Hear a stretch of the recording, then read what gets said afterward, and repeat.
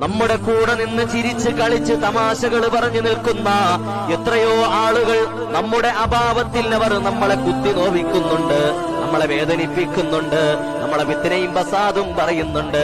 അതിനൊന്നും നമ്മൾ പ്രതികാരം ചെയ്യാൻ നിൽക്കേണ്ടതില്ല. അള്ളാഹു അതിന് മറുപടി നൽകിക്കൊള്ളും.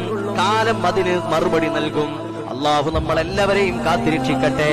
എന്നാൽ നമ്മളോടൊപ്പം എല്ലാ കാലത്തിലും എല്ലാ സമയത്തിലും പണമുള്ളപ്പോഴും ഇല്ലാത്തപ്പോഴും പദവിയുള്ളപ്പോഴും ഇല്ലാത്തപ്പോഴും സഹായിച്ച, ആശ്വാസമേകിയ, എല്ലാവിധ ഗുണകാംക്ഷയോടുകൂടി നല്ല ഉപദേശങ്ങൾ നൽകിയ എത്രയോ നല്ല മനുഷ്യരുണ്ട്.